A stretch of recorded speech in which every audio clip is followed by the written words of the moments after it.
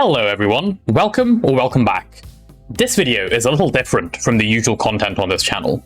Today, I'm going to be giving you a full setup guide for GregTech New Horizons, how to install it for single player, and how to run your own server. I get asked all the time on my stream about my GTNH config and how I write to run my worlds. Since this mod pack isn't on CurseForge like most others, it's not nearly as easy to set up, and I want to make it as easy and accessible for you as possible. So, whether you're just starting out trying to get a server running with friends, or you're just trying to play a single player world, this video will be the comprehensive guide to everything you need. Let's jump straight in. This video is sponsored by HypeServ. They offer one-click GTNH server installs running on a Ryzen 9 7950X CPU, which can hit clock speeds up to 5.7 GHz. You'll get smooth performance from your very first Coke oven all the way to a Stargate base. And that's even if you have friends online. You also get DDR5 RAM, NVMe SSDs, daily backups, and full control via their server panel. If you want to set up your own server, use my code POTATO, all lowercase, at checkout to get 10% off for life. That's even on renewals. Just hit the link down in the description, choose your plan, and don't forget to use the code when you check out. This video will be split into two parts. First, I'll show you how to set up your GTNH client. You're going to need this regardless of whether you're playing single player or multiplayer, so this should be applicable to everyone. In the later half of the video, I'll show you how to set up the server on HypeServ. Let's start off by talking about the things you'll have to download. First, I recommend using Prism Launcher. There are other launchers you can use, but this is the one that I'll be using for the duration of this tutorial. If you're on a Windows system, obviously install the Windows exe and proceed with the install instructions from there. Next, you're going to need to download the correct version of GTNH. You'll see that each of these are labeled with a Java version at the end. I'm going to assume that you'll be using Java 21 for the duration of this tutorial. If you don't have Java 21, I recommend that going to the GraalVM download page and downloading Java 21 from there. I will make sure to leave the links to all of the downloads that we have in this video down in the description. If you're interested in playing a release version of GTNH, this is the page to go to. Once 2.8 releases, you'll see it listed down here. But if, like me, you're an eager beaver and you want to jump in early, you can go to the beta section, and you'll see the beta 1 of 2.8 listed here. This is what I'll be setting up in this tutorial, but any version of GTNH can be installed exactly the same way. Once you have this downloaded, now is a good point to consider if you want to add any additional mods. The big one that I like to add for my playthroughs is the GTNH version of WorldEdit. This is especially helpful during building. I'll leave the link to the download page down in the description, and you can download it using this particular link. Make sure that you're getting the .jar version of the mod. You don't want the sources, the dev, or the dev pre-shadow. It's the fourth one down on the list. Also, as a companion to WorldEdit, I like to make sure I have WorldEdit CUI. The link down in the description will be set so that you're filtered to exactly this page, and just grab the top one from the list. WorldEdit CUI is the one that lets you see the blocks you're highlighting with your WorldEdit selections. Okay, you've got everything downloaded and your Prism launcher set up. Here's how we're going to add the GTNH instance so that you can get started with playing. First, you'll click the Add Instance button located in the top left corner. Then, you'll go over to the Import section and browse for the zip file that you downloaded. You don't need to unzip it, and you don't need to do anything weird. Just select the entire zip file, and it will be able to import directly. Once you click OK, it will take a moment to get this imported. Don't worry if it looks like it's frozen, just give it a few minutes, and it'll be ready to go. Once ready, this is what your Prism launcher will look like. To add the additional mods that you've downloaded, you're going to have to select the GTNH instance and click the folder button on the right-hand side. When the Explorer window pops up, navigate into the .minecraft, go into mods, and you can drop your additional mods directly into here. I'll be putting in the WorldEdit mod and the WorldEdit CUI mod that we downloaded earlier.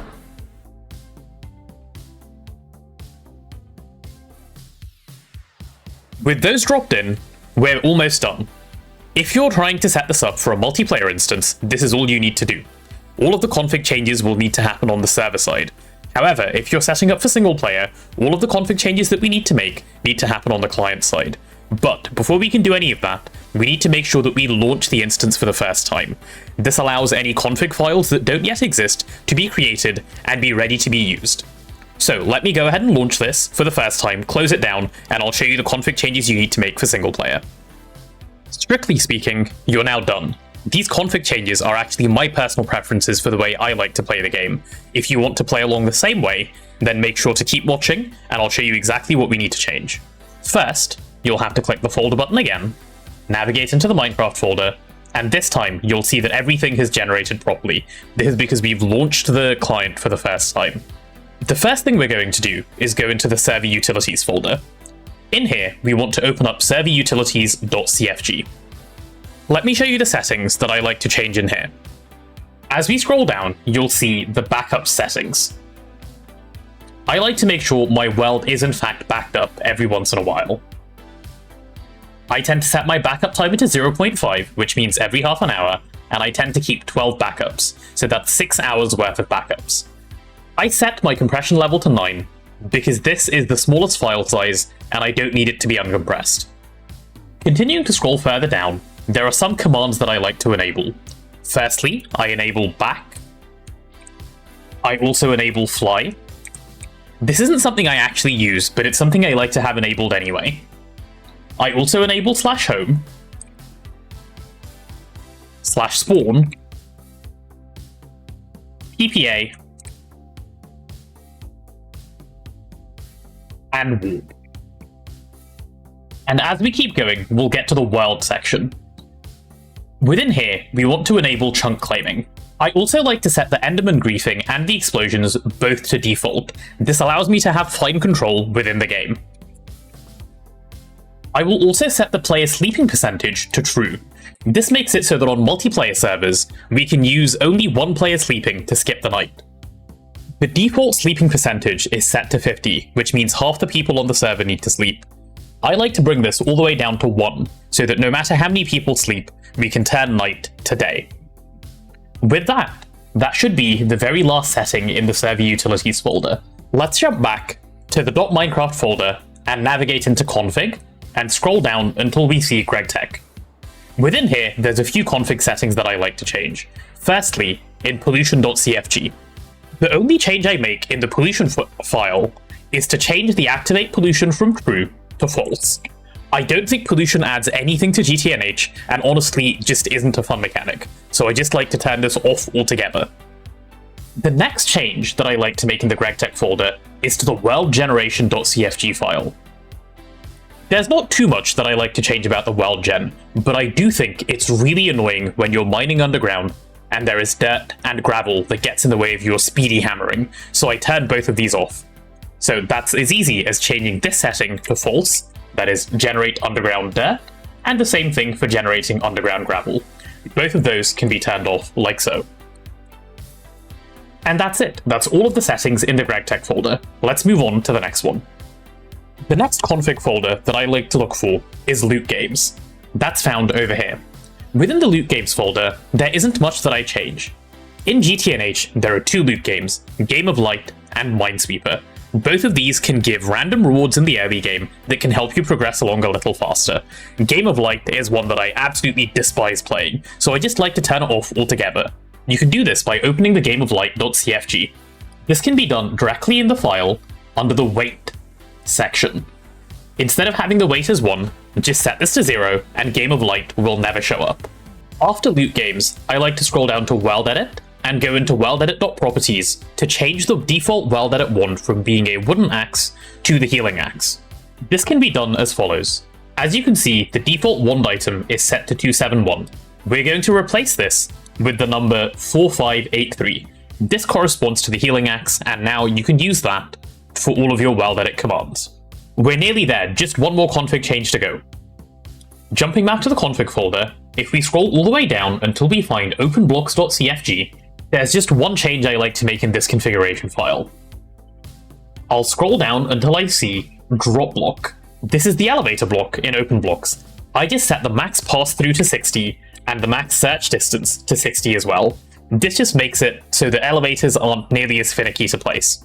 And that's it. That's all of the config changes that I like to make in GTNH. And now, let's move over to the server side, and I'll show you how to get that set up too. Okay, welcome to the server setup. If you followed the link down in the description for HypeServ, you should end up on this landing page. From here, go ahead, click login, and set yourself up with an account. Obviously, I already have one, so I'm going to log in and we'll proceed from there. Once you make it to the dashboard, you can go ahead and click Add Balance to top up your account so that you're ready to purchase a server. After doing this, click on Order Server, go over to GTNH, and this is where you have to make your first choice. If you're planning to play in a very small group of 1 or 2 people, the GregTech New Horizons Advanced server is probably plenty for you, especially in the early game. If you're planning to play in a slightly larger group, or you expect that you will play for quite a while, the GregTech New Horizons Pro should last you nearly all the way to the end of the game. If you're playing in a large group and you want to make sure that your server has the top-notch performance, even as you work all the way towards Stargate, you want to pick the Elite package. Go ahead and pick the one that you think works best for you, and we can carry on from there. I'll be using the Pro version. This shows you that the server will be located in Frankfurt, and you can choose how long you want to have the server for. When you're in this page, using the promo code POTATO, all lowercase, will give you a discount of 10%. This discount will actually last even when you renew your server. This means that you have a 10% discount for life by using this code. Go ahead and put it in, click Order Now, and your GregTech New Horizons server will be nearly ready to go. It will eventually automatically take you to the server is being created page. Go ahead and be patient for a minute, and you'll be ready to go. As soon as you see the message saying server was installed successfully, you know that you're ready to start making changes. Your server IP will be displayed up here, but I've hidden mine for obvious reasons. Before we start the server for the very first time, we want to make sure to go over to the Settings tab and make sure that we're running the correct version of GTNH. By default, HypeServ will default to the most recent stable version of GTNH. If you want to play something else, you're going to have to change it over here. I want to play in Beta 1 of 2.8, so I'm going to click on this, scroll down until I see the beta versions, and I'll go to Beta 2.8.0 Java 17 to 21 and install that. You'll see that the server is installing again. This is nothing to panic about. Just give it a second, and you'll be able to carry on. Once it's done, go ahead and navigate over to Files, where you'll see all of the default things show up. We need to drop in the World Edit mod, as we did in the Singleplayer section. So click into Mods, click this little blue button to upload some files, and make sure to select the 2 World Edit mods that you've got installed. Once you select these to be uploaded, make sure to scroll down and see that they've actually ended up in here. You should see them right at the bottom, like this. Once these are in, similarly to Singleplayer, before we can make any config changes, we want to start the server once so that all of the correct files can be generated. If you're planning to use a seed for your world, this is a good time to put that in. You can put the seed in by going back one folder and clicking on the Home button, and then clicking on Server.Properties and inserting it into here under Level Seed. Don't worry about my funny seed. That's something I'm planning to use for a project down the line. I also, while I'm in here, like to set the op permission level to 4, make sure that the whitelist is set to true, and the difficulty is on 3. All of this should be default. I also like to change my view distance from 8 to 12. If you want to have a fun message of the day when you see your server in the Minecraft server list, you can go ahead and change it here. I'm going to leave mine default. If you find that your server is not starting, it's probably because you haven't agreed with the EULA. You'll see this in the EULA.txt. Open this up and set this from false to true. That should be the only change you need to make to allow your server to turn on. Go ahead and start up your server so that we can initialize all of the config files, and then once that's done, turn it off and we can get started with making the changes that we need to make. If you watch the Singleplayer section, you'll find that these are the exact same config changes that we made over there. You'll know that you're ready to start making these changes once all of these files have been initialized properly. The first thing we're going to do is go over into the server utilities folder and start editing the server utilities.cfg. The changes we need to make are as follows. Firstly, I like to make sure that backups are enabled, which they are by default, and I want to make sure that this is done every half an hour. I like to keep 12 backups, and I set my compression level to 9 so that the files are as small as possible. Everything else here can be left as default. Scrolling down, there's a few commands that I also like to enable. Here they are in order. Firstly, I like to set /back to be true. I like to make sure that fly is set to true. I don't actually use this, but it's a setting that I like to have if I need to debug anything. I also like to enable /home, /spawn, /tpa, and /root. That's it for the commands. We can now scroll down and ignore a few of these sections. Debugging, general, login, mixins, pregen, and ranks can all be ignored, as can tasks and teams. Once we get down to the world section, this is where we're going to start making changes again. The setting labeled chunk claiming should be set to true. This will allow you to claim chunks in your world and also load them. The other thing that I like to do in here is to set enable Enderman to default and have enable explosions also as default. This means that Enderman griefing with them picking up blocks and explosions within claimed chunks can be controlled with fine-tuning within the game directly, rather than having to resort to config files. Scrolling further down, I like to also make it so that enable player sleeping percentage is set to true. This is so that only one person needs to sleep on multiplayer servers for it to change from night to day. The one other change that needs to be made for this to work is to have the player sleeping percentage set to 1. This means that only 1% of players need to be asleep so that we can go from night to day. That should be the last setting in the serverutilities.cfg file, so we can go ahead and save this and get on to the rest of the actual config. Going back to the home folder, we can navigate over to config, and scroll down until we see GregTech. In here, there are 2 changes that we're going to make. Firstly, to the pollution.cfg file. I don't think pollution is a fun mechanic in GTNH, and I don't think it adds anything to the game at all, so I like to simply set my pollution to be off. Once this is done, I'll close this file down, and we can go ahead and make the second change. This is in the worldgeneration.cfg file. In here, there's a really cool setting that you can change. When you're mining in GTNH under the ground with your super speedy hammer, there's nothing worse than getting hit with dirt and gravel that you have to stop for. So I like to just turn that off. Rather than having underground dirt gen and underground gravel gen be true, I'll set both of these to be false. Like so. With that, I can save this file, and we're done with all of the changes that we need to make in the GregTech folder. Going back to the config folder, we can scroll down now until we see something that says Loot Games. You'll find this over here. In GregTech New Horizons, there are 2 loot games. There's the Game of Light and Minesweeper. Personally, I don't really like playing the Game of Light, so this is something that I want to turn off. The loot games can be used to get small rewards in the early game that can make progression feel a little easier. The way you turn off the Game of Light is by opening the gameoflight.cfg and looking for the weight, which is by default set to 1. If you go ahead and set this to 0, Game of Light will no longer spawn, and the only game you will ever get is Minesweeper. We can now go back again to the config so that we can find the next thing. After loot games, I scroll down until I see World Edit. Inside the worldedit.properties file, I go ahead and look at the wand item and change this from 271, which is the default wooden axe, to being the healing axe. We need to use the healing axe's item ID to be able to change this, so I will change the number 271 to 4583. This is the ID for the healing axe. We can go ahead and close this file down with that done. The very last config change that I like to make is all the way down in the openblocks.cfg. So go ahead and scroll down to there, into the O section. And inside the openblocks.cfg file, I like to scroll down until I see drop block. This is the elevator block from OpenBlocks. I like to set the max pass through and the search distance both up to 60. This just makes them a little bit less annoying to place and use in-game.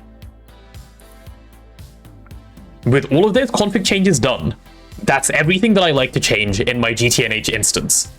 So, now you're ready to turn on your world and start playing along with me. If you have any questions, the best places to reach me are either my Discord server, which is linked down in the description, or my Twitch stream at twitch.tv/randompotato10. This is also linked down below. Alternatively, you can leave a comment and I'll get back to you as soon as I can. Thank you so much for watching all the way to the end of the video, and hopefully I'll catch you soon with an exciting new project on the YouTube channel.